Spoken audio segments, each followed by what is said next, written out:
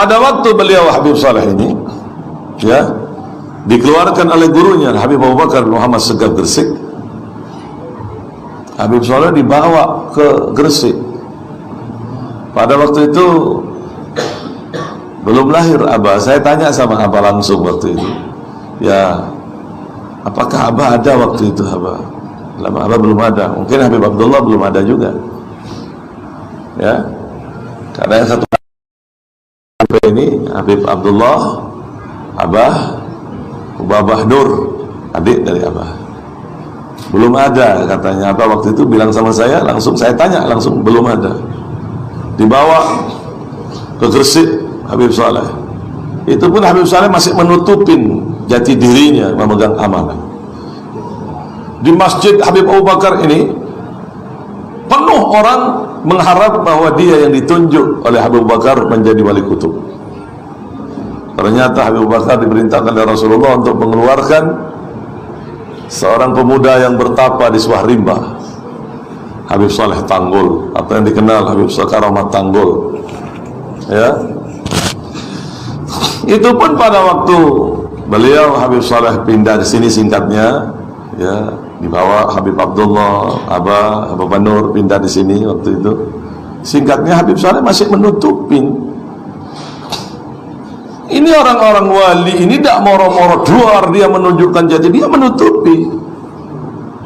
Karena menjadi orang wali mastur itu lebih enak gitu loh dibanding wali yang masyhur, kecuali kalau sudah diperintah, dibuka sama Allah Ta'ala begitu. Manfaatnya biar dirasakan orang banyak begitu. Kenapa? Kalau wali mastur ini tidak menjadi rebutan orang, dia bisa ibadah nyaman, ya, tidak ada tamu di rumah dia dekat sama Allah Ta'ala, ya, tamu-tamu jarang-jarang lah begitu, tidak begitu dinampakkan sama Allah Ta'ala. Paham sampean? Jadi dia tidak sedikit ibadahnya dia sama Allah, banyak ibadahnya dia sama Allah Ta'ala. Kecuali kalau sudah dibuka sama Allah Subhanahu wa Ta'ala, sudah manfaatnya agar dirasakan orang banyak, agar menjadi pemimpin orang-orang saleh pada zamannya. Di Tanggul Habib Saleh masih menutupin jati dirinya. Bahkan sampai umi saya sendiri tanya sama Habib Saleh, kenapa orang-orang sini kok biasa sama Abah? Kata Habib Saleh, orang sini banyak tidak tahu sama saya, kata Habib Saleh. Kalau saya mati nanti, dia akan tahu sama saya. Masih ditutup sama Allah. Kalau saya mati, dia akan tahu sama saya.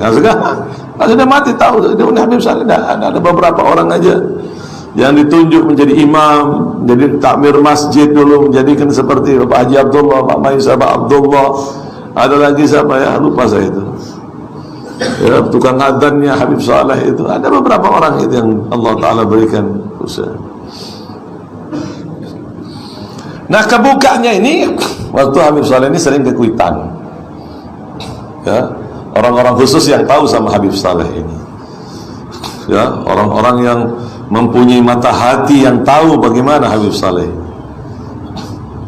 Pada waktu keluar dari Kuitang ini, Habib Ali tahu persis sama Habib Saleh. Doa kabul, doa kabul. Jakarta waktu itu tidak ada hujan 2 tahun sampai. Ini orang istighosah sampean banyak luar biasa, kata Habib Saleh, tapi ikhlas dalam hatinya tidak ada satupun. Begitu Habib Ali meminta kepada Habib Saleh untuk berdoa turunnya hujan, Habib Saleh hanya berdoa.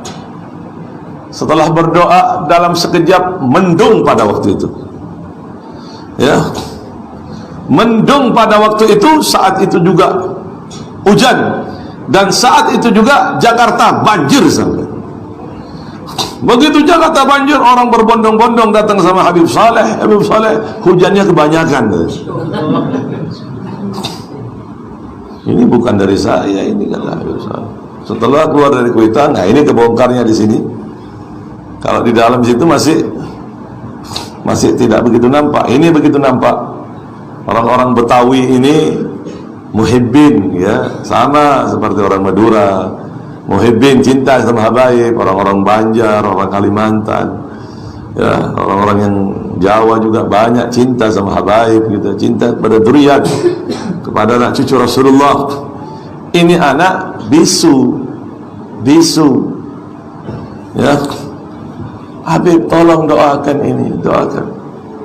Khair kata Habib Saleh. Doakan Habib, ini anak saya supaya bisa bicara. Akhirnya dengan izin Allah, nah di sini mulai dibuka Habib Saleh, dibuka. Mulutnya terbuka di ludah ya. Saat itu juga berbicara. Abah, saya minta ini. Abah, saya minta ini. Abah, saya kaget apa? Oh, anak saya bisa bicara. Dari itu dunia gempar dengan adanya Habib Saleh. Dengan kekaromatan-kekaromatannya yang spontan. Ada orang wali itu karomatnya 1-2 hari. Ini Habib Saleh tidak, langsung. Makanya kalau Habib Saleh tidak mau sama dunia itu pantas. Karena semua dunia itu dibuka sama Allah Ta'ala, dikasih kuncinya dunia sama Allah Ta'ala Habib Saleh. Tak toleh sekali Habib Saleh. Beri tanah, beri orang, adalah mikir sekali Habib Saleh. Dah bikin dibuat surat apa sudah.